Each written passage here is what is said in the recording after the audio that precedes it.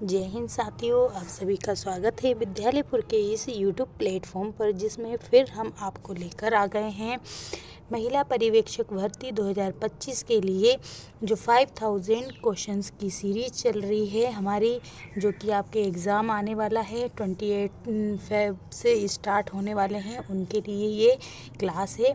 और आज की क्लास में हम आपको ज़्यादातर शारीरिक से जो संरचना है उससे संबंधित क्वेश्चन लेकर आए हैं, और ये आपका टॉपिक है शारीरिक संरचना का, उसी के क्वेश्चंस हम आज लेकर आए हैं। तो चलिए अब स्टार्ट कर देते हैं हमारे क्वेश्चंस। और जो आपके अभी एग्ज़ाम है उसके लिए हमारी जो महिला पर्यवेक्षक के लिए 2 क्लासेस मैराथन चलती हैं, जिसमें एक हमारी ये 5000 वाली क्लास है और दूसरी जो है हमारी टॉप 100 वाले क्वेश्चंस की क्लास है। तो आप ज़रूर देखिएगा और पूरे क्वेश्चंस को वॉच कीजिए, सारी क्लास को वॉच कीजिए और ज़्यादा से ज़्यादा क्वेश्चंस को लगाइए, ताकि आपका एग्ज़ाम में आपको सफलता मिल सके और आप अपनी सीट को पक्का कर सकें। और हमारी जो क्लासेस हैं ये चल रही हैं और इनको आपका बहुत अच्छा सपोर्ट मिल रहा है, बहुत ज़्यादा प्यार दे रहे हैं, उसके लिए सभी को बहुत बहुत धन्यवाद कि आप लोग हमारी क्लास को इतना सपोर्ट कर रहे हैं। तो उसके लिए सभी को बहुत बहुत धन्यवाद। इसके अलावा अगर हम आपको बता दें कि ये जो क्लासेस हैं इनकी पीडीएफ आप हमारे टेलीग्राम चैनल को ज्वाइन कर सकते हैं, वहाँ से इसकी पीडीएफ ले सकते हैं। और टेलीग्राम चैनल की जो लिंक है हमारे इस क्लास के डिस्क्रिप्शन बॉक्स में हम दे देंगे, तो वहाँ से आप इन क्लासों की पीडीएफ भी ले सकते हैं। और क्लास को हम स्टार्ट कर देते हैं। तो उससे पहले एक बार क्लास को सभी लोग शेयर ज़रूर कर दें, क्लास को शेयर कर दीजिए और क्लास को लाइक भी कर दीजिए। अब आप लोग बिना कहे क्लास को शेयर भी करते हैं, लाइक भी करते हैं, और अभी तक आपने चैनल को सब्सक्राइब नहीं कर रखा है तो प्लीज़ चैनल को सब्सक्राइब ज़रूर कर लीजिएगा। तो आप लोगों का फिर से हम कहते हैं कि हमारे जो विद्यालयपुर परिवार है उसकी ओर से आपको सभी को बहुत बहुत धन्यवाद कि आप हमारी क्लास को इतना अच्छा सपोर्ट दे रहे हैं, इतनी ज़्यादा प्यार दे रहे हैं। तो उस सभी के लिए सभी को बहुत बहुत धन्यवाद। तो चलिए अब हमारी क्लास को स्टार्ट कर देते हैं बिना कोई देर किए। आई होप क्लास को आपने शेयर ज़रूर कर दिया होगा सभी लोगों ने, और क्लास को लाइक भी कर दिया होगा, शेयर भी कर दिया होगा, लाइक भी कर दिया होगा और चैनल को सब्सक्राइब भी कर लिया होगा। चलिए पहला क्वेश्चन आपके लिए लेकर आए हैं। चलिए पहला क्वेश्चन देखते हैं। पहला क्वेश्चन क्या है, सभी लोग क्वेश्चन लगाएंगे, आपकी शारीरिक संरचना से संबंधित क्वेश्चंस हैं और अदर जो भी आपके शरीर से संरचना से संबंधित क्वेश्चन बने हैं वो हम पूरे लेकर आए हैं। चलिए क्वेश्चन देखते हैं। इसमें कुछ प्रीवियस ईयर के क्वेश्चंस भी हैं और कुछ आपके टॉपिक के न्यू क्वेश्चंस भी हमने खुद से बनाए हैं। ठीक है, चलिए तो देखते हैं। फर्स्ट क्वेश्चन है, शरीर संरचना विज्ञान क्या है? जो शरीर संरचना विज्ञान है वो क्या है बताइए। तो मानव शरीर संरचना विज्ञान शरीर के अंगों के कार्यों का अध्ययन किया, मतलब इसमें सिंपल ये पूछा है कि शरीर संरचना विज्ञान क्या है। इसमें क्या शरीर के अंगों का अध्ययन किया जाता है, अंगों के कार्यों का अध्ययन किया जाता है, या फिर मानव शरीर की संरचना का अध्ययन किया जाता है, या फिर है ना बैक्टीरिया और वायरस का अध्ययन किया जाता है, या फिर है ना रोग और उनके कारणों का अध्ययन किया जाता है। बताइए मानव शरीर संरचना विज्ञान के अंतर्गत किस चीज़ का अध्ययन किया जाता है?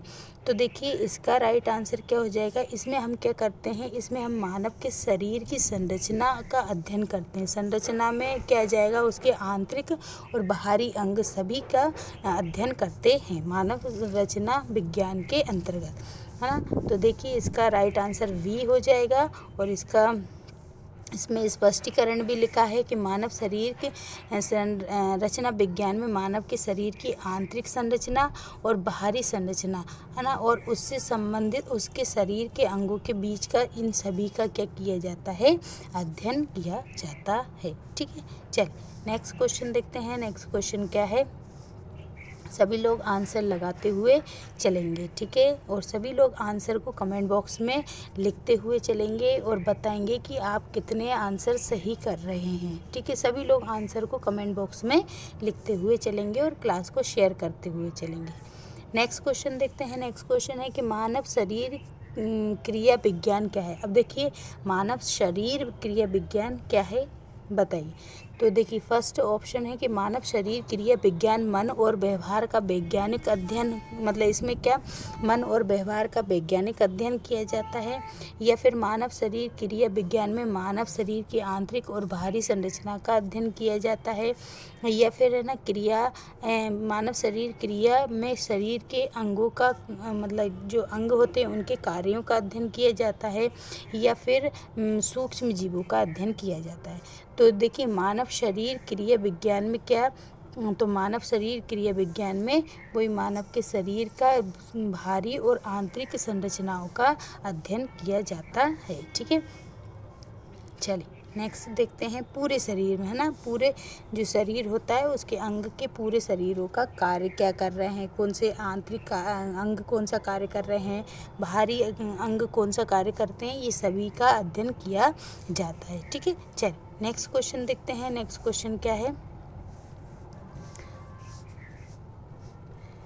नेक्स्ट क्वेश्चन है कि एक वयस्क मानव कंकाल में कितनी हड्डियां होती हैं। देखिए वयस्क मानव कंकाल में कितनी हड्डियां होती हैं, इनको अस्थि भी बोलते, कितनी अस्थियां होती हैं बताइए। सभी लोग बताएंगे। बोन्स के बारे में पूछ रहे हैं, कितनी बोन्स होती हैं।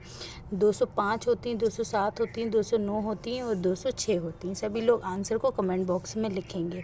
अगर ये तो वयस्क मनुष्य की बोल रहे हैं, बच्चे में कितनी होती हैं, तो बच्चे में 400 प्लस होती हैं ना। जब नवजात बच्चा होता है उसमें कितनी होती है, 400 प्लस होती हैं। जबकि वयस्क मनुष्य में कितनी होती हैं, 206 हड्डियाँ होती हैं। कितनी होती हैं, 206 हड्डियाँ होती हैं। और इसके अलावा हम आज है ना आपका डिस्क्रिप्शन भी लेकर आए हैं, जिसमें कि आपको ये क्वेश्चन का आंसर तो बने ही बने, इसके अलावा और जो उससे संबंधित आंसर हैं वो भी बन जाए। तो देखिए वयस्क मनुष्य में 206 हड्डियाँ होती हैं और अलग अलग विभाजन हैं। देखिए अब ये 206 हड्डियाँ जो है ना आपकी, वो किस किस चीज़ में विभाजित हैं हम वो भी लेकर आए हैं। ठीक है, तो अगर ये तो टोटल है, बाय चांस ये पूछ लिया कि खोपड़ी में कितनी होती हैं तो उन सभी का भी लेकर आए। जैसे कि कशेरुक स्तंभ मतलब कि जो हमारी रीढ़ की हड्डी होती है उसमें कितनी होती है, 26 होती है। रीढ़ की हड्डी में कितनी होती हैं, 26। देखिए रीढ़ की हड्डी में कितनी होती हैं, 26 कोशिकाएं होती हैं, 26 हड्डी होती है ना। और खोपड़ी में हमारी कितनी होती है, 22 हड्डी होती हैं। हायोइड हड्डी एक होती है। हायोइड हड्डी कौन सी होती है, जिसमें हमारी जीभ जो होती है ना, हमारी टंग जो है जिससे जुड़ी होती है, जिस हड्डी से जुड़ी होती है ना, ये हम लिख सकते हैं कि जो हमारी जो जीभ होती है, जीभ जो मतलब जीभ को जोड़ने का काम कौन सी करती है, हायोइड हड्डी। तो ये कितनी होती है, एक होती है। फिर पसलियाँ और ओरोस्थी कितनी होती हैं, 25 होती हैं। ऊपरी छोर पे कितनी होती हैं, 64 होती हैं। निचले छोर पर 62 होती हैं। और श्रवण अस्थियाँ कितनी होती हैं, 6 होती हैं। कितनी होती हैं, सुनने वाली अस्थियाँ कितनी होती हैं, 6 होती हैं। इस प्रकार से हमारे अंदर कितनी होती हैं, 206 हड्डियाँ होती हैं। कितनी होती हैं, 206 हड्डियाँ होती हैं। ठीक है, चल नेक्स्ट क्वेश्चन देखते हैं।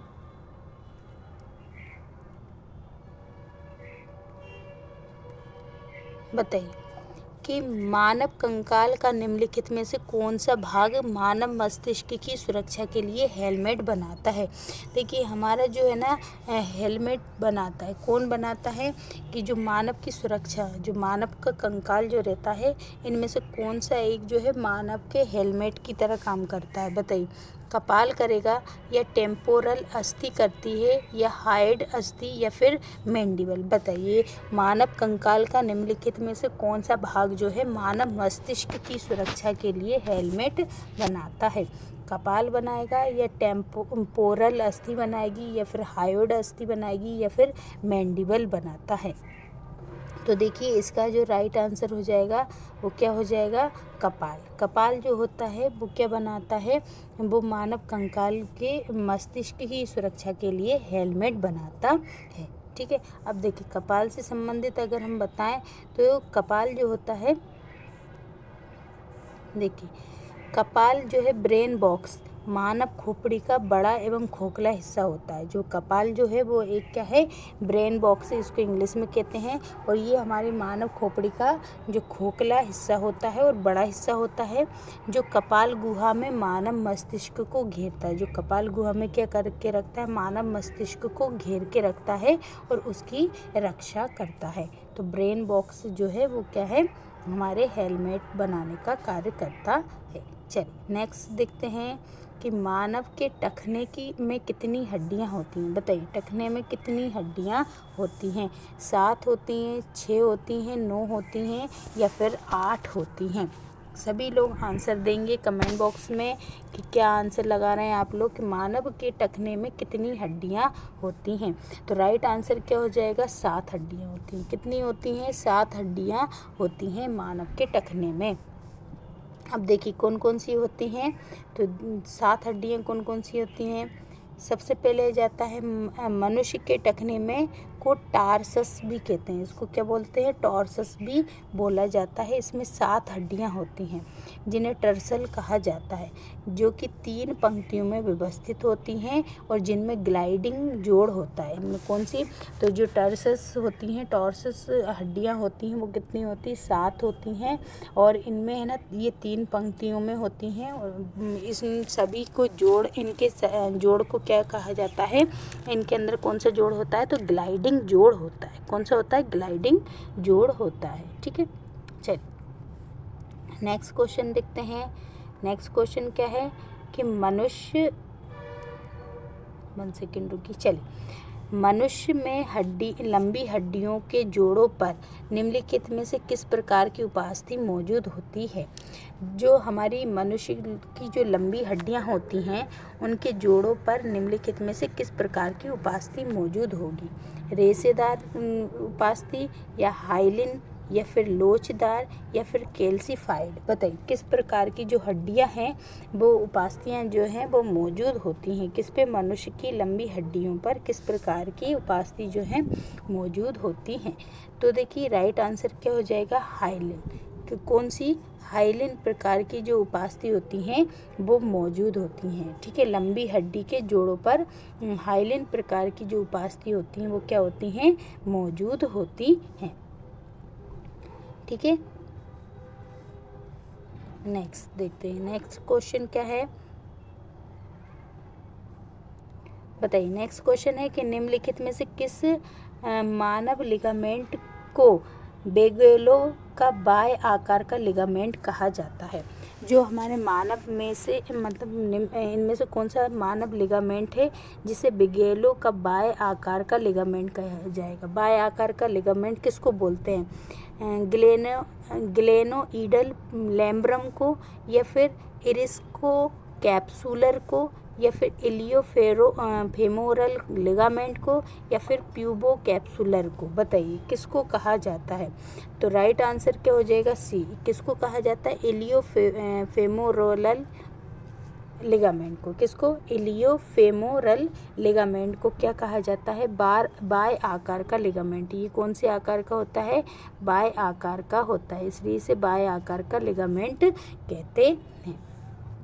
अब देखिए इसके बारे में थोड़ा सा हम देखते हैं कि जो इलियोफेमोरल लिगामेंट होता है ये बहुत मजबूत बेंड होता है और ये क्या होता है कि ये जोड़ के सामने स्थित होता है और ये कैप्सूल से घनिष्ठ रूप से जुड़ा रहता है और इसे मजबूत बनाने का काम भी करता है। कौन करता है, इलियोफेमोरल लिगामेंट। और ये कैसा होता है, बाय आकार का लिगामेंट होता है। चलिए नेक्स्ट क्वेश्चन देखते हैं। नेक्स्ट क्वेश्चन क्या है कि निम्नलिखित में से कौन सी संरचना मनुष्यों में रक्त को एक दिशीय रूप से प्रवाहित रखती है। बताइए जो हमारे मतलब कि जो इनमें से कौन सी संरचना है जो मनुष्य को मतलब रक्त हमेशा एक दिशा में ही प्रवाहित होता है, एक दिशा में ही संचारित होता है रक्त, उसको एक दिशा में रखने के लिए हमेशा मतलब किसके कारण से हमारा रक्त जो वो एक दिशीय है। तो ये ब्रोंकियोल के कारण या न्यूरॉन के कारण या सेप्टम के कारण या फिर बॉल्व के कारण, बताइए हमारे मनुष्य के रक्त में इस मतलब कि कौन सी संरचना होती है जिसके कारण रक्त हमेशा एक दिशीय ही होता है, ब्रोंकियोल या न्यूरॉन या सेप्टम या फिर बॉल्व। तो याद रखें बॉल्व जो होते हैं हमारे शरीर में, जो बॉल्व होते हैं वो क्या करते हैं, हमारी नलियों में क्या लगे होते हैं, बॉल्ब लगे होते हैं। तो ये जो बॉल्ब रहते हैं, जैसे कि यहाँ से कोई चीज़ आ रही है तो ये बॉल्ब खुल जाते हैं और ये आगे चली जाती है, और जैसे ही आगे जाते हैं ये बॉल्ब खिड़की से आगे क्या हो जाते हैं, लग जाते हैं। तो जिसके कारण एक गेट की तरह होते हैं। तो गेट लगने के बाद क्या होता है, पीछे की साइड ये बाद में चीज़ें नहीं आती हैं, सिर्फ आगे की ओर बहती हैं और दूसरी विपरीत दिशा में नहीं आ पाती हैं। तो ये कौन सी संरचना होती है, बॉल्ब होती है। ठीक है। बॉल्ब समान रूप से रक्त को केवल एक दिशा में बहने देता है ना। और ये मानव हृदय को 4 बॉल्ब होते हैं, मानव हृदय में 4 बॉल्ब होते हैं। हृदय बॉल्ब प्रत्येक तरफ अलग अलग रक्तचाप पर खुलता है और बंद होता है। ठीक है। तो हमारे अंदर मानव के हृदय में कितने बॉल्ब होते हैं, 4 होते हैं, ये देखिए।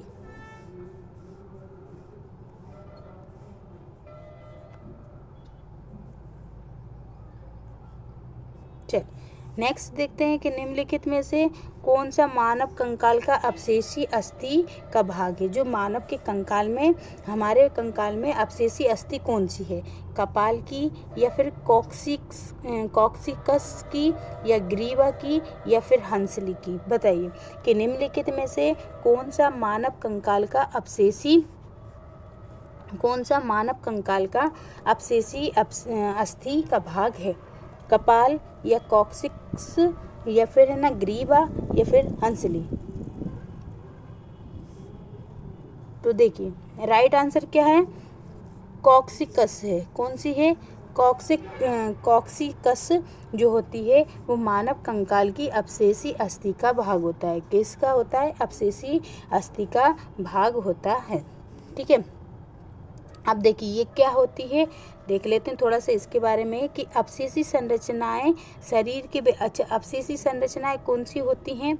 तो देखिए अपशेषी संरचनाएं शरीर के वे अंग होते हैं जिनका कोई उद्देश्य या कोई कार्य नहीं होता, मतलब कि इनका कोई कार्य नहीं है। जैसे हमारे अपेंडिक्स, ये क्या है, एक पूंछ थी हमारी, अब वो कोई काम में नहीं आती है तो वो एक क्या हो गया, अपशेष अंग हो गया। अब इसका हमारे शरीर में होना नहीं होना कोई उद्देश्य नहीं है और इसका कोई कार्य भी नहीं होता है। उसी तरीके से कॉक्सिकस को आमतौर पर टैबलोन भी कहा जाता है, इसको क्या बोला जाता है, टैलबोन भी कहा जाता है। और ये कशेरुक स्तंभ के अंतिम होती है। तो कॉक्सिस क्या है, जो हमारी अपेंडिक्स है उसी की बात चल रही है, इसे टैलबोन भी कहा जाता है। और ये हमारी जो रीढ़ की हड्डी होती है उसके सबसे आखिरी पार्ट पे होती है, अंतिम खंड पर होती है। ठीक है। चल नेक्स्ट क्वेश्चन देखते हैं। नेक्स्ट क्वेश्चन क्या है, नेक्स्ट क्वेश्चन है कि निम्नलिखित में से कौन सा नैदानिक संकेत अग्रबाहु के इसके मिया को इंगित करता है। देखिए निम्नलिखित में से इनमें से कौन सा है जो नैदानिक संकेत अग्रबाहु के इसके मिया को इंगित करता है। तो कार्पल टनल सिंड्रोम या फिर हेड ऑफ बेनेडिक्शन या फिर उलनार पंजा या फिर बॉल्कमैन का संकुचन, बताइए कौन सा है। तो निम्नलिखित में से कौन सा नैदानिक संकेत अग्रबाहु के इसके मिया को इंगित कर रहा है। सभी लोग साथ साथ आंसर भी लगाते हुए चलेंगे। तो देखिए इसका राइट आंसर क्या हो जाएगा, तो राइट आंसर क्या हो जाएगा, बॉल्कमैन का संकुचन। बॉल्कमैन का संकुचन जो है वो क्या करता है, अग्रबाहु के इस्केमिया को इंगित करता है। ठीक है। अब देखिए इसमें अगर हम देखें कि बॉल्कमिया क्या होता है, तो बॉल्कमिया का संकुचन कलाई पर हाथ की एक स्थायी, देखिए जो है ना, जो बॉल्कमैन का संकुचन कलाई का पर हाथ का एक स्थायी फ्लेक्शन संकुचन होता है। इसके परिणाम स्वरूप क्या होगा, जो हाथ और उंगली की पंजे जैसी विकृति हो जाती है और उंगलियों को निष्क्रिय विस्तार प्रतिबंधित और दर्दनाक होता है। तो याद रखें, बॉल्कमैन का संकुचन हमारे हाथ से संबंधित है।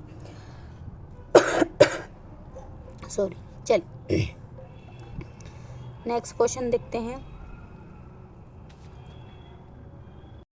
नेक्स्ट क्वेश्चन आ गया है हमारी स्क्रीन पर। नेक्स्ट क्वेश्चन क्या है कि निम्नलिखित में से कौन सा मानव तंत्रिका तंत्र की संरचनात्मक और कार्यात्मक इकाई है? बताइए, हमारे मानव तंत्रिका तंत्र की संरचनात्मक और क्रियात्मक इकाई कौन सी है? सभी लोग बताएंगे, ठीक है।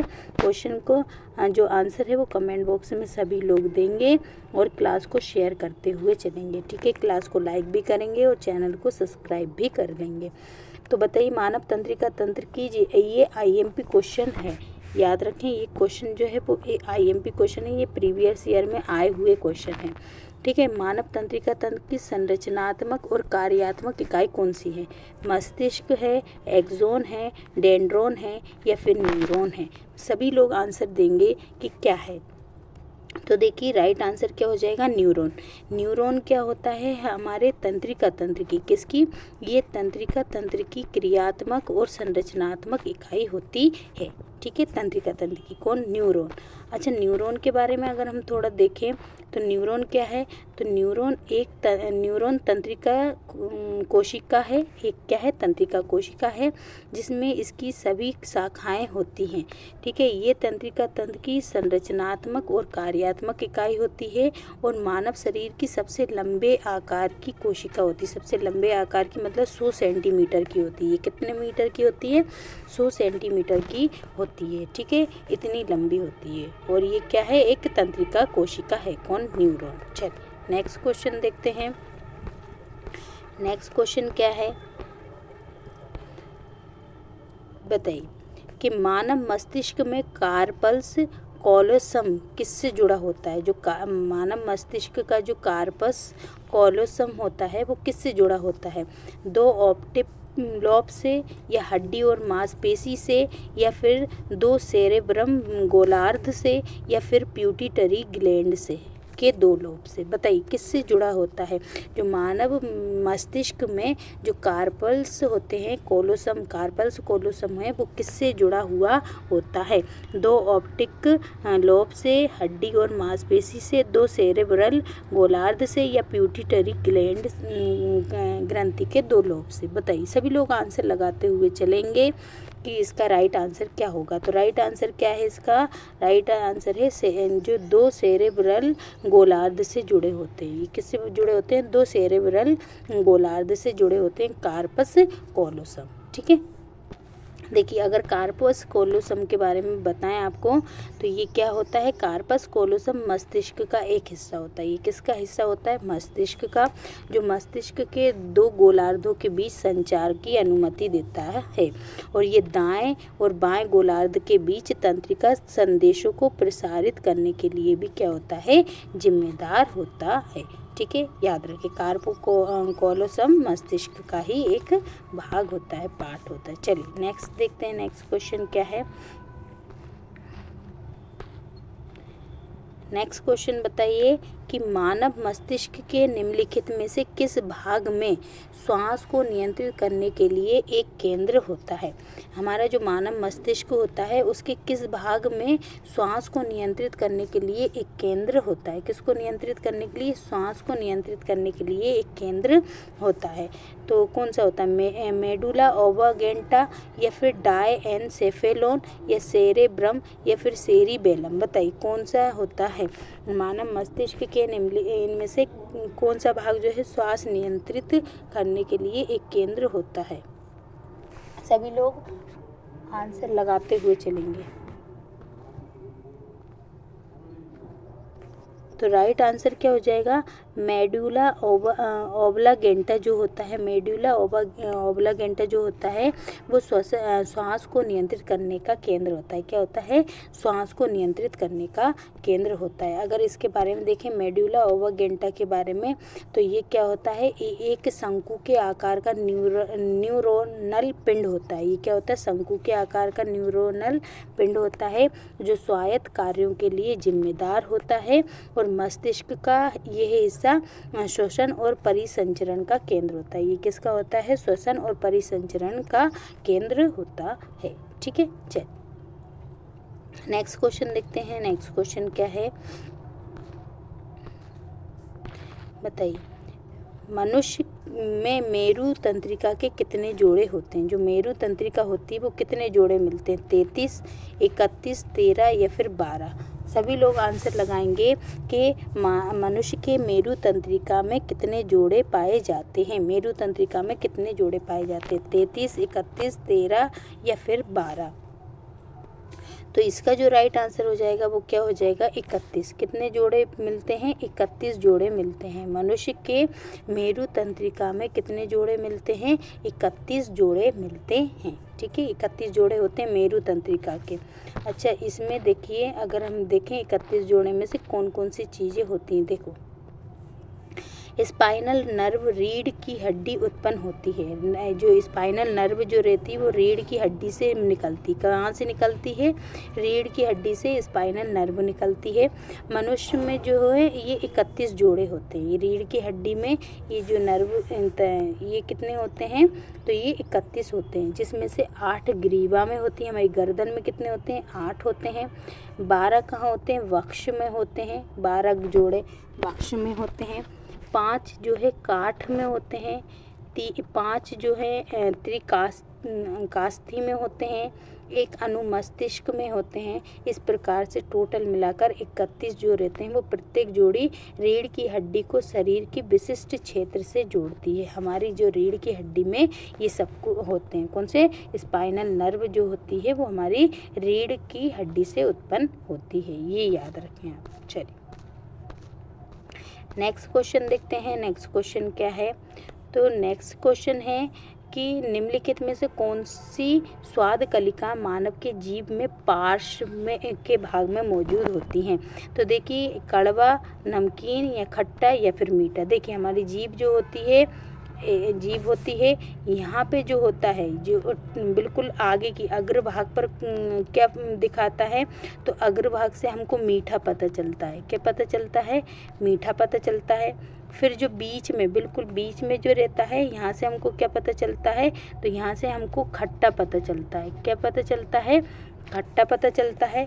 और ये सबसे पीछे की साइड से हमको क्या पता चलता है? कड़वा पता चलता है। क्या पता चलता है? कड़वा पता चलता है। और ये जो पार्श्व में है ना, पार्श्व में क्या होता है? यहाँ से हमको खारा पता चलता है। ठीक है ना, खारा पता चलता है। अब वो पूछ रहा है कि पार्श्व की में मौजूद, मतलब कि जीभ की जो पार्श्व सबसे पीछे की ओर जो है उससे कौन सा पता चलता है? बताइए। ये पार्श्व सॉरी है ना, तो बताइए कौन सा पता चलता है? तो इसका जो राइट आंसर हो जाएगा वो क्या हो जाएगा? सी, मतलब कि खट्टा पता चलता है। किससे? खट्टा पता चलता है। ठीक है, पार्श्व मतलब कि पीछे की ओर, है ना, ये पीछे की ओर। यहाँ पर ये किससे, इससे क्या पता चलता है? तो खट्टा पता चलता है। जबकि आगे का बोलता तो ये किससे पता चलता है? आगे क्या है? मीठा होता है। ठीक है, चलिए देखिए, इसमें दिया भी है कि मनुष्य में 4 बुनियादी तौर तरीकों से स्वाद को समझा जा सकता है। मीठा, खट्टा, नमकीन और कड़वा। जैसे काली मिर्च, चॉकलेट आदि जैसे अनेक स्वादों को अधिक से अधिक मौलिक स्वाद के संयोजन, मतलब इनका अनुभव कर सकते हैं। तो 4 स्वाद हमारे जीभ को पता चलता है। ठीक है, चल बताइए, निम्नलिखित में से मनुष्य का संतुलन अंग कौन सा है? निम्नलिखित में से कौन सा मनुष्य में संतुलन अंग है? बताइए। कान का पर्दा, या फिर वेस्टिबुलर क्षेत्र, या फिर कोकियल, या फिर है ना कोर्टी अंग। बताइए, कोकियल या फिर कोर्टी अंग। बताइए। सभी लोग आंसर देते हुए चलेंगे, कमेंट बॉक्स में आंसर लिखते हुए चलेंगे, क्लास को शेयर करते हुए चलेंगे, और चैनल को अभी तक सब्सक्राइब नहीं कर रखा है तो चैनल को सब्सक्राइब भी कर लेंगे। चलिए, सभी लोग बताएंगे कि कौन सा जो है मनुष्य के संतुलन अंग है। कान का पर्दा, वेस्टिबुलर क्षेत्र या फिर कोकियल या फिर कोर्टियल। तो याद रखें, जो हमारा वेस्टिबुलर क्षेत्र होता है, वेस्टिबुलर जो क्षेत्र होता है वो हमारा संतुलन अंग होता है ना। मनुष्य का संतुलन अंग कौन सा है, इसमें से वेस्टिबुलर क्षेत्र जो होता है संतुलन अंग होता है मानव का। अगर वेस्टिबुलर क्षेत्र के बारे में अगर हम देखें थोड़ा, तो देखिए वेस्टिबुलर जो है आंतरिक कान का केंद्रीय भाग होता है। कहाँ मिलता है वेस्टिबुलर, हमारे आंतरिक कान में मिलता है और उसका भी केंद्रीय भाग होता है। जबकि कोकियल जो है पीछे के कर्णपटल के मध्य भाग में, कोकियल कहाँ मिलता है, पीछे के कान में मिलता है और उसके भी मध्य भाग में स्थित होता है। और इसमें सुनने का अंग जो होता है कोकियल होता है। मतलब सुनने में कौन मदद करता है, कोकियल करता है, जो कि हमारे पश्चिम कर्ण में होता है। और संतुलन का काम कौन करता है, संतुलन का अंग मतलब भूल-भुलई, संतुलन का काम कौन कर रहा है, तो वो वेस्टिबुलर कर रहा है। तो वेस्टिबुलर आंतरिक कान में मिलता है और ये संतुलन का काम करता है। जबकि कोकियल जो होता है वो सुनने का अंग होता है और ये कहाँ मिलता है, पीछे के कान में मिलता है। चलिए नेक्स्ट क्वेश्चन देखते हैं। नेक्स्ट क्वेश्चन क्या है,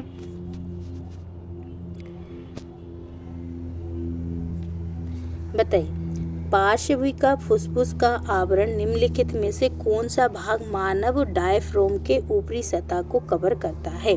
जो मानव डायफ्राम का जो ऊपरी सतह होती है उसमें से मतलब कौन पार्श्व फुसफुसिका का जो कवर जो है कौन सा भाग है जो कि मानव के डायफ्राम के ऊपरी सतह को कवर करेगा, बताइए। इंटरकोस्टल तंत्रिका या फिर न्यूरोथोरैक्स या फिर मीडिया स्टीनल फुसफुस या फिर डायाफ्रामेटिक फुसफुस, बताइए कौन सा है। पार्श्व फुसफुस का कौन सा आवरण रहेगा जो कि मानव डायफ्राम की ऊपरी सतह को कवर करेगा। तो राइट आंसर क्या हो जाएगा इसका, तो इसका जो राइट आंसर हो जाएगा वो हो जाएगा डायफ्रामेटिक फुसफुस। कौन सा, डायफ्रामेटिक फुसफुस जो होता है वो मानव के डायफ्राम के ऊपरी सतह को क्या करता है, कवर करके रखता है, उसकी रक्षा करता है। ठीक है, अगर इसके बारे में आपको बताऊं तो थोड़ा सा हम देख लेते हैं। क्या है कि जो डायफ्रामिक प्लूरा पार्श्विका जो पेरिटोनियम की एक परत होती है और जो डायफ्राम और फेफड़ों के बक्षीय सतह को ढकती है।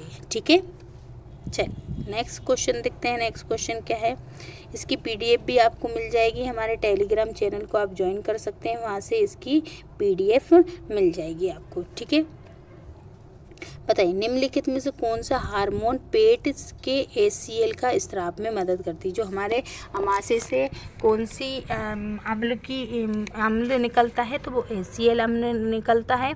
और ये एसीएल अम्ल को निकालने के लिए कौन सा हार्मोन जो है वो उत्तरदायी होगा, गैस्ट्रियन या फिर सीक्रेटिन या फिर पेप्सिन या फिर रेनिन। सभी लोग बताएंगे इसका राइट आंसर क्या हो जाएगा।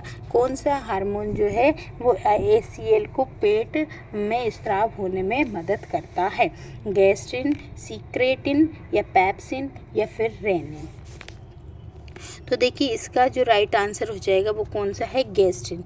गैस्ट्रिन हार्मोन जो है वो एसीएल को पेट में निकलने में मदद करता है, स्राव होने में मदद करता है। कौन, गैस्ट्रिन हार्मोन। ठीक है, और ये जो गैस्ट्रिन हार्मोन है, ये गैस्ट्रिन हार्मोन मदद करता है। अगर हम गैस्ट्रिन हार्मोन के बारे में देखें तो जो गैस्ट्रिन हार्मोन है, देखिए गैस्ट्रिन हार्मोन है, मतलब कि ये क्या है, एक हार्मोन है गैस्ट्रिन, और जो पेट की ऊपरी मतलब छोटी आंत की परत में जो कोशिकाओं द्वारा निर्मित होता है। पेट और ऊपरी आंत, ये कहाँ पर, पेट और जो ऊपरी आंत छोटी आंत है उसकी परत में बनता है। और गैस्ट्रिन पेट को गैस्ट्रिक एसिड छोड़ने के लिए क्या कर देता है, उत्तेजित करता है। तो राइट आंसर क्या हो जाएगा, एसीएल इसका राइट आंसर हो, गैस्ट्रिन इसका राइट आंसर हो जाएगा।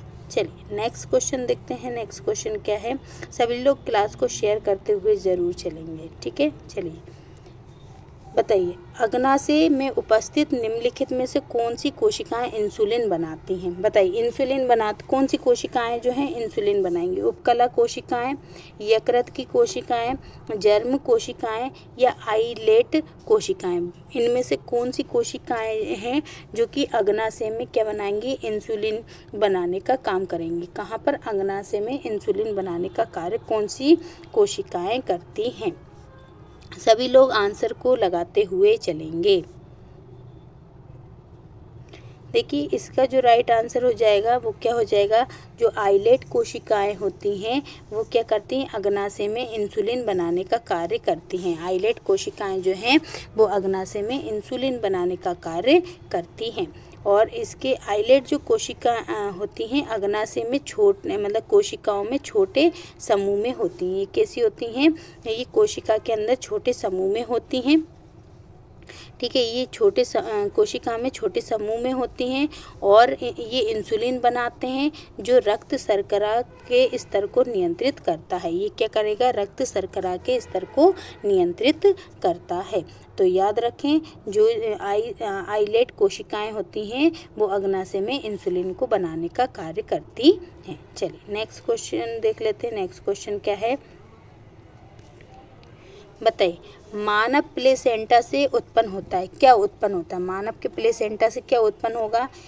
एमनियन या फिर कोरियोन या फिर एलाइंटोइस और कोरियोन या फिर एलाइंटोइस? बताइए, क्या चीज़ है जो कि मानव के प्लेसेंटा से उत्पन्न होता है?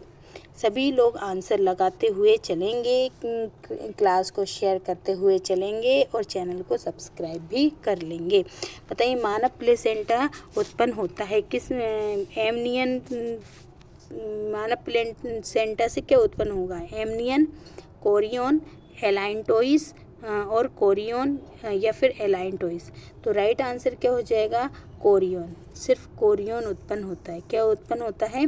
कोरियोन उत्पन्न होता है। अब ये जो मानव प्लेसेंटा से कोरियोन उत्पन्न होता है और कोरियोन और एमनियन मिलकर एमनियोटिक थैली बनाते हैं, है ना। कोरियोन और एमनियन जो है एमनियोटिक थैली बनाने का कार्य करते हैं।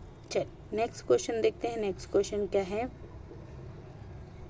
बताइए, मानव हृदय बना होता है किसका बना है? मानव ऊतकों का या मांसपेशी का या फिर त्वचा का या फिर हड्डी का? मानव हृदय किसका बना होता है? मानव हृदय किससे बना हुआ है? हड्डी से बना हुआ है या फिर है ना क्या कहते हैं त्वचा से या ऊतक से या फिर मांसपेशियों से? तो देखिए, हड्डियों का तो होता नहीं है, ठीक है, और त्वचा से बना हुआ नहीं है। अब आते हैं ऊतक या मांसपेशी। तो राइट आंसर क्या हो जाएगा? मांसपेशी। क्या हो जाएगा राइट आंसर? मांसपेशियों का बना होता है ना। मानव का हृदय किसका बना होता है? मांसपेशियों का बना होता है। ठीक है, हृदय पेशी भी होती है ना। देखिए, मानव का जो हृदय है वो मांसपेशियों का बना होता है और ये क्या करता है? ये एक अनैच्छिक अंग होता है। अनैच्छिक अंग होता है मतलब ये जो अंग होता है, ये मानव का हृदय जो है अनैच्छिक अंग होता है। मतलब हमारी इच्छा के अनुसार इसमें क्रिया नहीं होती है। हमारी इच्छा हो या ना हो, उसको धड़कना है तो धड़कना है और जिस दिन बंद होना है मतलब होना है। ठीक है, तो ये एक अनैच्छिक अंग होता है और हृदय मांसपेशियों का बना हुआ होता है, जिसको हम क्या बोलते हैं? मायोकार्डियम कहा जाता है। इसे क्या कहा जाता है? मायोकार्डियम भी कहा जाता है। ठीक है, चलिए नेक्स्ट क्वेश्चन देख लेते हैं। नेक्स्ट क्वेश्चन क्या है?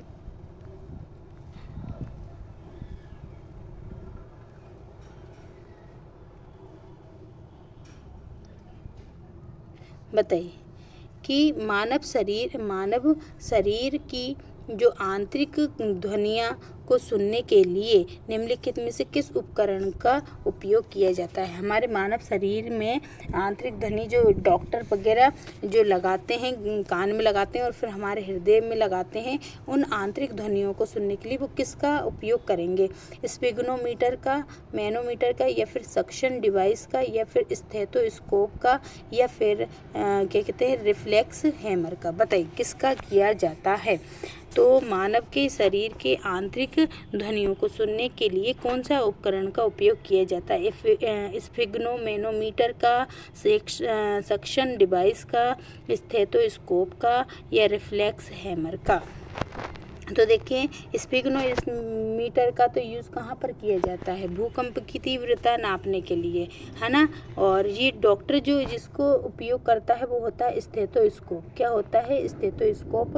ये डॉक्टर के पास होता है और फिर वो क्या करते हैं, हमारे हृदय की धड़कन को सुनते हैं, है ना। और ये किस में होता है, तो ये याद रखें, स्पिग्नोमीटर जो होता है ये जो भूकंप आता है तो भूकंप की तीव्रता को नापने के लिए इसका उपयोग किया जाता है। ठीक है, चलिए देखिए लिखा भी है कि स्टेथोस्कोप जो होता है ऑक्सकलेटेशन के लिए ध्वनि चिकित्सा के उपकरण में होता है। ये एक छोटा डिस्क आकार का होता है, अनुवादक होता है। इसे छाती के सामने रखा जाता है और इसमें 2 ट्यूब इनर पीस से जुड़ी हुई होती हैं जो कि हम फिर कान में लगाकर उसको सुनते हैं। ठीक है, चलिए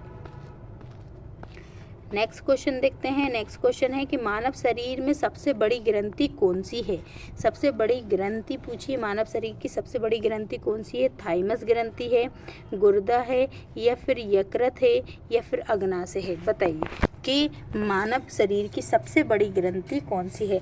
मानव शरीर की सबसे छोटी ग्रंथि कौन सी है, तो पीयूष ग्रंथि। छोटी ग्रंथि कौन सी है, पीयूष ग्रंथि है। अब लेकिन इसमें बड़ी ग्रंथि पूछा है, तो बड़ी ग्रंथि कौन सी है, तो यकृत क्या है, मानव शरीर की सबसे बड़ी ग्रंथि होती है। कौन, यकृत, जिसको हम लिवर कहते हैं।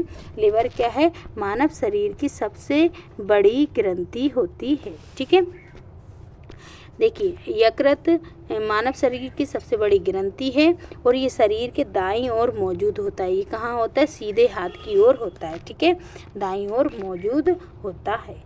चल नेक्स्ट क्वेश्चन देखते हैं। नेक्स्ट क्वेश्चन क्या है,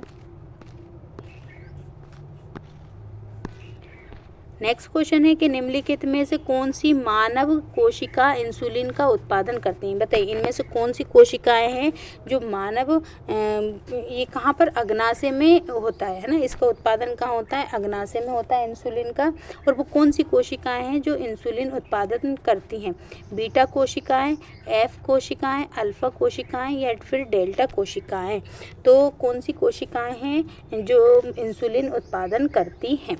इंसुलिन से के बढ़ने से क्या होता है, डायबिटीज़ हो जाता है ना।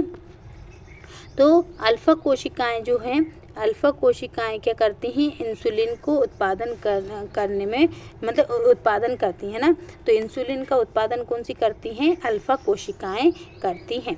अब अगर देखें अल्फा कोशिकाएं जो है लैंगरहैंस के आईलेट्स में मौजूद होती हैं। ये अल्फा कोशिकाएं कहाँ पर होती हैं, तो लैंगरहैंस के आईलेट्स में मौजूद होती हैं और ये मानव के आईलेट्स कोशिकाओं का 20% हिस्सा बनाती हैं। अभी थोड़ी देर पहले इससे रिलेटेड क्वेश्चन भी आया था कि जो आईलेट कोशिकाएं आया था वहाँ पर कि अग्नाशय में कौन सी कोशिकाएं हैं जो इंसुलिन बना रही थी। तो वहाँ पे क्वेश्चन में आंसर मतलब क्वेश्चन कौन सी कोशिका दी थी, आईलेट्स दिया था। अब वो बोल रहा है कि आईलेट्स में भी कहाँ कौन सी वाली कोशिकाएं, तो याद रखें अल्फा कोशिकाएं। ठीक है, और ये इंसुलिन हार्मोन को क्या करती हैं, संश्लेषित करती हैं। चलिए नेक्स्ट क्वेश्चन देखते हैं। नेक्स्ट क्वेश्चन क्या है,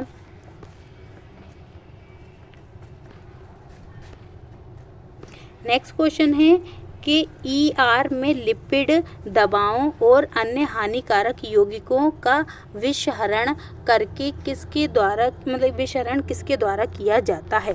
बताइए ईआर में लिपिड दवाओं और अन्य हानिकारक यौगिकों का विषहरण किसके द्वारा किया जाता है। तो ऑप्शन है साइटोक्रोम डी के द्वारा, या साइटोक्रोम एफ के द्वारा, या साइटोक्रोम बी एफ के द्वारा, या फिर साइटोक्रोम पी 450 के द्वारा किया जाता है। ईआर में लिपिड दवाओं और अन्य हानिकारक यौगिकों का विषहरण किसके द्वारा किया जाता है। तो राइट आंसर क्या हो जाएगा कि साइटोक्रोम P450 के द्वारा किया जाता है। तो ये किसके द्वारा होता है, साइटोक्रोम P450 के द्वारा होता है। अब देखिए इसका अगर हम इसके बारे में थोड़ा सा आपको बताएं तो जो साइटोक्रोम P450 होता है ये एक एंजाइम के रूप में होता है जो कि विषाक्त यौगिकों का चयापचय करने के लिए कार्य करता है और विभिन्न साइटोक्रोम 450 के लिए 57 मानव जीन कोडिंग होती है। कितनी होती है? 57 मानव जीन कोडिंग होती है। ठीक है, चलिए नेक्स्ट क्वेश्चन देखते हैं। नेक्स्ट क्वेश्चन क्या है? नेक्स्ट क्वेश्चन है कि निम्नलिखित में से किसे मानव जनसंख्या के अध्ययन के रूप में जाना जाता है? मानव जनसंख्या के अध्ययन किस में किया जाता है? भूगोल में या फिर नए विज्ञान में या नए वंश विज्ञान में या जनसांख्यिकी में? बताइए किस में किया जाता है? मानव जनसंख्या का अध्ययन किसके रूप में किया जाता है? भूगोल के रूप में, नए विज्ञान के रूप में, नए वंश विज्ञान के रूप में या फिर जनसांख्यिकी के रूप में? बताइए किस में किया जाता है? तो राइट आंसर इसका क्या हो जाएगा? जनसांख्यिकी के रूप में। किसके रूप में? जनसांख्यिकी के रूप में किया जाता है। किसका? मानव जनसंख्या का अध्ययन। ठीक है, जनसांख्यिकी में हम क्या किस किस चीज़ का अध्ययन करते हैं? तो जनसांख्यिकी में हम जन्म, मृत्यु, आय, बीमारी की घटनाएं जैसे आंकड़ों का अध्ययन करते हैं जो मानव आबादी की बदलती संरचना को क्या करती है? दर्शाती है। ठीक है, तो राइट आंसर क्या हो जाएगा? जनसांख्यिकी हो जाएगा। चल नेक्स्ट देखते हैं। नेक्स्ट क्वेश्चन क्या है? नेक्स्ट क्वेश्चन है कि मनुष्यों में निम्नलिखित में से किस प्रकार का प्लेसेंटा पाया जाता है? किस प्रकार का? डिस्कॉइडल या फिर जॉनरी या डिफ्यूज या फिर कोटिलेडोनरी? बताइए किस प्रकार का मनुष्य के अंदर प्लेसेंटा पाया जाता है? चलिए बताइए किस प्रकार का पाया जाता है? मानव में प्लेसेंटा किस प्रकार का पाया जाता है? तो मानव का जो प्लेसेंटा होता है वो कैसा होता है? डिस्कॉइडल होता है। कैसा होता है? डिस्कॉइडल प्रकार का प्लेसेंटा पाया जाता है। मानव के अंदर डिस्कॉइडल प्रकार का प्लेसेंटा मिलता है, देखने को मिलेगा। ठीक है, अगर हम इसके बारे में देखें आपको तो मनुष्य में पाए जाने वाले प्लेसेंटा, मनुष्य में पाए जाने वाला जो प्लेसेंटा होता है वो डिस्कॉइडल कहा जाता है और ये एक प्लेसेंटा होता है जिसमें कोरियोनिल बिली का एक गोलाकार प्लेट में व्यवस्थित होता है। ठीक है, चलिए नेक्स्ट क्वेश्चन देखते हैं। पीडीएफ के लिए आप हमारे टेलीग्राम चैनल को ज्वाइन कर सकते हैं, वहाँ से पीडीएफ ले सकते हैं क्लास की। ठीक है, चलिए नेक्स्ट क्वेश्चन देखते हैं। नेक्स्ट क्वेश्चन है कि निम्नलिखित में से कौन मानव शुक्राणु की गति में मदद करते हैं? जो मानव के शुक्राणु की गति के लिए कौन मदद करेगा? फ्लैजेलम या फिर बेसल बॉडी या फिर न्यूक्लियोसोम या फिर सिलिया? बताइए इनमें से कौन जो है वो मानव के शुक्राणु को गति करने में मदद करता है? फ्लैगेलम या बेसल बॉडी या न्यूक्लियोसोम या फिर सिलिया? तो इसका जो राइट आंसर हो जाएगा वो क्या हो जाएगा? तो राइट आंसर क्या हो जाएगा इसका? तो इसका जो राइट आंसर हो जाएगा वो क्या हो जाएगा? फ्लैगेलम जो होते हैं, फ्लैगेलम जो होंगे वो मानव शुक्राणु को गति करने में मदद करते हैं। तो फ्लैगेलम जो होंगे वो मानव के शुक्राणु को गति करने में मदद करते हैं। ठीक है, देखिए अगर मानव शुक्राणु जो होते हैं आगुणित होते हैं, कैसे होते हैं? सिंगल होते हैं।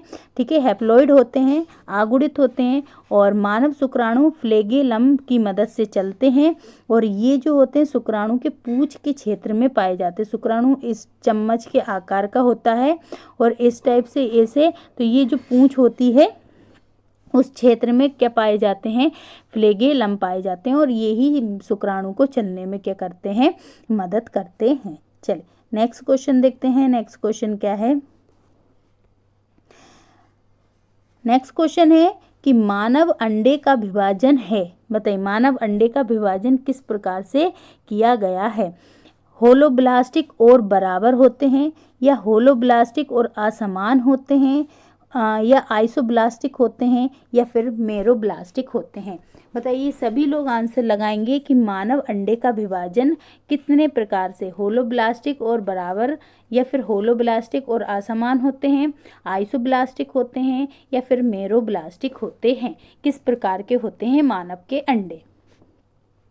तो राइट आंसर क्या हो जाएगा इसका, मानव का जो अंडा होता है वो कैसा होता है, होलोब्लास्टिक होता है और असमान होता है। कैसा होता है, होलोब्लास्टिक होता है और असमान अंडा होता है मानव का अंडा। ठीक है, अब देखते हैं इसके बारे में थोड़ा सा देख लेते हैं कि क्या है। देखिए, मानव अंडे का विभाजन होलोब्लास्टिक और असमान होता है। इसका विभाजन कैसा, होलोब्लास्टिक असमान होता है। होलोब्लास्टिक दरार अंडे में देखी जाती, जो होलोब्लास्टिक दरार जो है वो अंडे में देखी जाएगी और जिसके माध्यम से विरल मात्रा में जर्दी होती है। और होलोब्लास्टिक दरार एक कैसी है, आइसोलेथिकल होती है या माइक्रोलेथिकल अंडे का ब्लास्टोमेरेरस में पूर्ण विभाजन करती है। ठीक है, तो राइट आंसर क्या हो जाएगा, मानव का अंडा होलोब्लास्टिक और असमान होता है। चलिए नेक्स्ट क्वेश्चन देखते हैं। नेक्स्ट क्वेश्चन क्या है, चलिए नेक्स्ट क्वेश्चन है, आज के जो क्वेश्चन है पूरे मानव संरचना से संबंधित हैं, जो कि आपका एक टॉपिक भी है, उसी से संबंधित क्वेश्चन आज हम लेकर आए हैं। तो सभी लोग क्वेश्चंस को बहुत अच्छे से लगाएं, हर एक क्वेश्चन को पूरा लगाएं, पूरा वॉच करें और बहुत सही तरीके से लगाएं और ईमानदारी से बताएं कि आप कमेंट बॉक्स में कि आपने आज के कितने क्वेश्चन सही किए हैं। आज तो हम उनका थोड़ा सा जो है व्याख्या भी लेकर आए हैं, आपका स्पष्टीकरण भी लाए हैं ताकि आपको दिक्कत ना जाए। चलिए नेक्स्ट क्वेश्चन देखते हैं कि निम्नलिखित में से मानव की आँख सबसे भीतरी आँख की सबसे भीतरी परत कौन सी होती है, रेटिना होती है या फिर कोरोइड होती है या फिर स्क्लेरा होती है या फिर कॉर्निया होती है। बताइए, सभी लोग बताएंगे कि मानव की आँख की सबसे भीतरी परत कौन सी होती है, रेटिना, कोरोइड या स्क्लेरा या फिर कॉर्निया। तो देखिए इसका जो राइट आंसर हो जाएगा वो क्या हो जाएगा, इसका राइट आंसर हो जाएगा मानव की आँख की सबसे भीतरी परत जो होती है वो कौन सी होती है, रेटिना होती है। कौन सी होती है, रेटिना होती है। और यहीं पर क्या होता है, छवि बनती है ना, जो इमेज होती है, छवि जो होती है वो कहाँ बनती है, रेटिना पर ही बनती है। ठीक है, और कॉर्निया जो होता है, जब भी है ना हम नेत्र दान करते हैं तो नेत्र को दान नहीं करते हैं, जबकि कॉर्निया का दान करते हैं ना, कॉर्निया का दान किया जाता है। जब अपन कहते हैं ना आई ट्रांसप्लांट हुई है या फिर आँखों को दान दिया है, तो आँखों को दान नहीं दिया जाता है, उसके कॉर्निया को दान दिया जाता है ना। तो दान किसका दिया जाता है, कॉर्निया का। ठीक है, तो मानव आँख की सबसे भीतरी परत कौन सी है, रेटिना होती है। ठीक है, चलिए अगर हम रेटिना के बारे में थोड़ा सा देखें तो रेटिना के बारे में देखिए, रेटिना मानव आँख की सबसे भीतरी परत होती है। ये प्रकाश के प्रति संवेदनशील होती है। कैसी होती है, संवेदनशील होती है। रेटिना प्रकाश किरणों को आवेगों में परिवर्तित कर देती है, जो ऑप्टिक तंत्रिकाओं के माध्यम से मस्तिष्क तक जाती हैं और उन्हें उस छवि के रूप में व्याख्या करती हैं, जैसे कि जिसे हम देख रहे हैं उसके बारे में बताती हैं कि ये कैसा दिख रहा है, कैसे कलर के कपड़े पहने हैं और सब कुछ उसके बारे में बता देती हैं। ठीक है, तो राइट आंसर क्या हो जाएगा इसका, रेटिना इसकी आँख की सबसे भीतरी परत होती है। ठीक है, सभी लोग क्लास को शेयर करते हुए ज़रूर चलेंगे और चैनल को सब्सक्राइब नहीं कर रखा है तो चैनल को सब्सक्राइब भी कर लेंगे। चलिए नेक्स्ट क्वेश्चन देखते हैं कि निम्नलिखित में से कौन मनुष्य में श्वसन दर को नियंत्रित करता है। श्वसन दर को नियंत्रित कौन करेगा, सेरिबेलम करेगा या हाइपोथैलेमस करेगा या फिर थैलेमस करेगा या मेंड्यूला ओब्लेंगेटा करेगा। बताइए हमारी श्वसन दर को जो नियंत्रित कौन करता है, हमारे शरीर में कौन करता है, सेरिबेलम, हाइपोथैलेमस या थैलेमस या फिर मेंड्यूला ओब्लेंगेटा। बताइए, तो देखिए राइट आंसर क्या है, मेड्यूला ओब्लागेटा जो है, मेड्यूला ओब्लागेटा जो होता है वो मनुष्य की श्वास दर को क्या करता है, नियंत्रित करता है। ये पहले भी क्वेश्चन आ चुका है। ठीक है, चल देखिए मनुष्य में सांस लेने की दर मेड्यूला ओब्लागेटा द्वारा नियंत्रित की जाती है और ये ब्रेन स्टेम में, जो ब्रेन स्टेम जो होता है,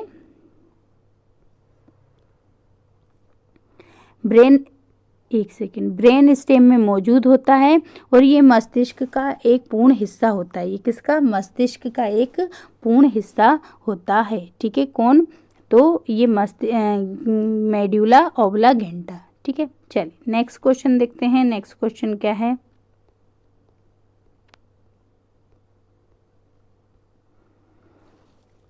बताइए। नेक्स्ट क्वेश्चन है कि जोड़ों के अध्ययन को क्या कहते हैं। जो जोड़ होते हैं मतलब कि हमारी हड्डियां आपस में जो जुड़ती हैं, उन जोड़ों के अध्ययन को हम क्या बोलेंगे। ठीक है, जॉइंट्स के अध्ययन को हम क्या बोलते हैं, पुरातत्व, अस्थि विज्ञान या फिर सेंडेस्मोलॉजी या फिर ऑर्थोलॉजी। बताइए कौन सा विज्ञान बोला जाता है। जोड़ों के अध्ययन को कौन सा विज्ञान बोला जाता है, पुरातत्व, अस्थि विज्ञान या फिर सेंड्रेस्मोलॉजी या फिर ऑर्थोलॉजी। तो देखिए इसका जो राइट आंसर हो जाएगा वो क्या हो जाएगा, ऑर्थोलॉजी। ऑर्थोलॉजी किसको कहा जाता है, जिसमें जोड़ों का अध्ययन किया जाता है। किसका, जोड़ों की क्या की जाती है, स्टडी की जाती है, उसको हम क्या कहते हैं, ऑर्थोलॉजी कहा जाता है ना। जोड़ों के अध्ययन को ऑर्थोलॉजी के रूप में जाना जाता है। और थोड़े से गतिशील जो जोड़ों को एम्पी ऑर्थोसस कहा जाता है। ये थोड़े गतिशील अगर कोई जोड़ हैं तो ऐसे जोड़ों को हम क्या कहते हैं, एम्पी ऑर्थोस कहा जाता है, एम्पी ऑर्थोस कहा जाता है। ठीक है, चलिए नेक्स्ट क्वेश्चन देखते हैं। नेक्स्ट क्वेश्चन क्या है, बताइए सिनोबियल जोड़ किस रूप में जाने जाते हैं। सिनोबियल जोड़ जो रहते हैं वो किस रूप में जाने जाते हैं, मेगाब्लास्ट या पेरिओस्टेम या फिर डायथ्रोसिस या ऑर्थोइस। बताइए किस टाइप का सिनोबियल जोड़ जो होते हैं वो किस प्रकार के होते हैं। सिनोबियल जोड़ जो रहते हैं चलते हैं। ठीक है, और जैसे कि हमारा है ना क्या कहते हैं, कब्जा संधि जो रहती है, जो ये किस में आती है, सिनोबियल जोड़ में आती है। ठीक है, और उसके बाद कंधे की, अंगूठे की, कलाई का, ये सारे जोड़ किसके अंतर्गत आते हैं, तो सिनोबियल जोड़ के अंतर्गत आते हैं। अब इन जोड़ों को और किस रूप में भी जाना जाता है, क्या बोला जाता है, तो ऐसे जोड़ों को है ना डायथ्रोसिस भी बोला जाता है। क्या बोला जाता है, डायथ्रोसिस भी कहा जाता है सिनोबियल जोड़ को। अब देखिए सिनोबियल जोड़ है, इसके बारे में थोड़ा सा देखते हैं कि सिनोबियल जोड़ को डायआर्थोसिस भी के नाम से भी जाना जाता है। और ये हड्डियों को एक रेशेदार संयुक्त कैप्सूल से जोड़ता है। ये किससे, हड्डियों को एक रेशेदार संयुक्त कैप्सूल से जोड़ता है, जो जुड़ी हुई हड्डियों के पेरिओस्टेम के साथ निरंतर होता है और सिनोबियल गुहा की बाहरी सीमा का गठन करता है और हड्डियों की जोड़दार सतहों को घेरता है। सिनोबियल गुहा सिनोबियल द्रव मतलब सिनोबियल गुहा में क्या भरा होता है, सिनोबियल द्रव भरा होता है। चलिए नेक्स्ट क्वेश्चन देख लेते हैं। नेक्स्ट क्वेश्चन क्या है, नेक्स्ट क्वेश्चन है कि निम्नलिखित में से कौन सी बीमारी जोड़ों से संबंधित है। बताइए जोड़ों से संबंधित बीमारी कौन सी है, गाउट है या ऑस्टियोपोरोसिस है या फिर गठिया रोग है या फिर टिटेनी है। बताइए कौन सा रोग जो है जोड़ों से संबंधित है। तो जो टिटेनस होता है ये तो जोड़ों से संबंधित नहीं है। ऑस्टियोपोरोसिस जो रहता है हड्डियों में छेद हो जाते हैं उसको बोला जाता है। तो जो जोड़ों से संबंधित रोग है वो कौन सा है, तो गठिया रोग है। कौन सा रोग है, गठिया रोग कौन सा है, तो जोड़ों से संबंधित रोग है ना। जोड़ों से संबंधित रोग जो है वो गठिया रोग कहलाता है ना, जिसे बाय गठिया भी बोला जाता है। अब देखिए गठिया जो होता है, गठिया उपास्थि या फिर श्लेष झिल्ली के क्षरण या फिर यूरिक एसिड के जमाव के कारण होता है। जब हमारे गठिया किसके कारण होगा, जब हमारी उपास्थि या श्लेष में झिल्ली का क्षरण हो जाएगा या फिर उसमें यूरिक एसिड का जमाव हो जाता है, तो जिसके कारण वहाँ पे सूजन आ जाती है और दर्दनाक जोड़ मतलब जोड़ में दर्द होने लगता है। इसी को हम गठिया बोलते हैं। ठीक है, चलिए नेक्स्ट क्वेश्चन देखते हैं कि कितने प्रकार के दांत होते हैं। हमारे अंदर कितने प्रकार के दांत होते हैं, 3 प्रकार के, 4 प्रकार के, 5 प्रकार के या फिर 6 प्रकार के। तो देखिए अगर हमारे दांत देखें तो हमारे दांत है ना कैसे होते हैं, तो देखिए ये जो होते हैं ये 4 दांत होते हैं। इनको हम क्या कहते हैं, तो इनको कहते हैं रदनक। फिर उसके बाद आते हैं कृंतक, ठीक है, जो कि नुकीले होते हैं। फिर उसके बाद आते हैं प्रीमोलर और ठीक है, और उसके बाद आते हैं मोलर मतलब कि दाढ़। तो कितने प्रकार के होते हैं? रदनक होते हैं, रदनक है ना, कृंतक होते हैं, और फिर प्रीमोलर होते हैं, और फिर एक मोलर होते हैं। तो कितने प्रकार के होते हैं? 4 प्रकार के। तो कितने प्रकार के दांत होते हैं? 4 प्रकार के दांत होते हैं। और दांत हमारे 2 बार आते हैं, 2 बार आएंगे दांत, ठीक है। एक बार कौन से होते हैं? तो अस्थाई आते हैं, और एक कौन से होते हैं? स्थाई होते हैं। अस्थाई दांतों की संख्या 20 होती है, और स्थाई दांतों की संख्या कितनी होती है? 32 होती है, ठीक है। चलिए नेक्स्ट क्वेश्चन देखते हैं। नेक्स्ट क्वेश्चन क्या है? तो मनुष्यों में 4 प्रकार के दांत होते, कृंतक, रदनक और प्रीमोलर और फिर मोलर, है ना, जिसे दाढ़ कहते हैं अपन। चलिए नेक्स्ट क्वेश्चन देखते हैं। नेक्स्ट क्वेश्चन है कि भोजन निगलने के दौरान आंतरिक नासिका को कौन सी संरचना बंद कर देती है? तो देखिए इस तरीके की 3 संरचना होती हैं। यहाँ से मुंह होता है, ये नाक है, तो ये दोनों है ना, ये यहाँ पर एक जुड़ी हुई रहती है, एक ढक्कन होता है, ठीक है। और ये क्या करता है, इसी से हमारे अंदर सांस भी जाती है और इसी से खाना जाता है। तो जब हम है ना भोजन निगलते हैं ना, तो उस टाइम पर क्या करती है, ये वाली जो नली है इसको क्या कर देती है, वो बंद कर देती है, और हमारा खाना क्या हो जाता है, अंदर की ओर चला जाता है। तो ये पूछ रहा है ये कौन सी संरचना होती है? अबूला, जीव, तालु या फिर स्वर यंत्र? बताइए क्या होता है? तो देखिए स्वर यंत्र तो ये करेगा नहीं, ठीक है, तालु करती नहीं है, जीभ नहीं करती, ये कौन सी होती है? तो ये होता है अबूला, उबूला बोलते हैं इसको। क्या बोला जाता है? उबूला बोला जाता है, ठीक है। चलिए देखिए इसके बारे में दिया भी है कि देखिए शोलिंग के दौरान नरम तालु और अबूला नासोफरिनक्स के करीब चला जाता है, और जो कि भोजन नाक गुहा में प्रवेश नहीं कर पाती है, और यह प्रक्रिया विफल हो जाती है। तो इसका परिणाम क्या होता है? मैं नाक से उल्टी, मतलब नाक में से कभी कभी पानी आ जाता है, तो वो इन्हीं कारणों से होता है। अगर ढक्कन बंद नहीं हो पाता है तब आ जाती है, ठीक है। चलिए नेक्स्ट क्वेश्चन देखते हैं कि नेक्स्ट क्वेश्चन क्या है। बताइए दांतों का मुकुट किससे ढका होता है? दांतों का जो मुकुट होता है वो किससे ढका होता है? डेंटाइन से, इनेमल से, या फिर पिनोसाइट से, या फिर मांसपेशियों से? तो दांतों का जो मुकुट होता है वो किसको कहा जाता है? वो किससे ढका हुआ रहता है? डेंटाइन से, इनेमल से, पिनोसाइटिक से, या फिर मांसपेशी से? तो राइट आंसर क्या हो जाएगा? दांतों का मुकुट किससे ढका होता है? तो दांतों का मुकुट जो है इनेमल से, जो हमारे दांत में सफ़ेद कलर का जो ऊपरी भाग होता है इसको ही हम क्या कहते हैं? इनेमल कहा जाता है। तो दांतों का जो मुकुट है वो किससे ढका रहता है? इनेमल से ढका रहता है, ठीक है। चलिए नेक्स्ट क्वेश्चन देखते हैं। इससे पहले इसको देख लेते हैं थोड़ा सा कि इनेमल जो होता है शरीर का सबसे कठोर भाग होता है। सबसे कठोर भाग कौन सा होता है? इनेमल होता है। और सबसे अधिक खनिज युक्त पदार्थ, यह प्रत्येक दांत की जो बाहरी परत को ढकता है। हर एक दांत की बाहरी जो हमें वाइट कलर का जो दिखता है वो पूरा इनेमल कहलाता है।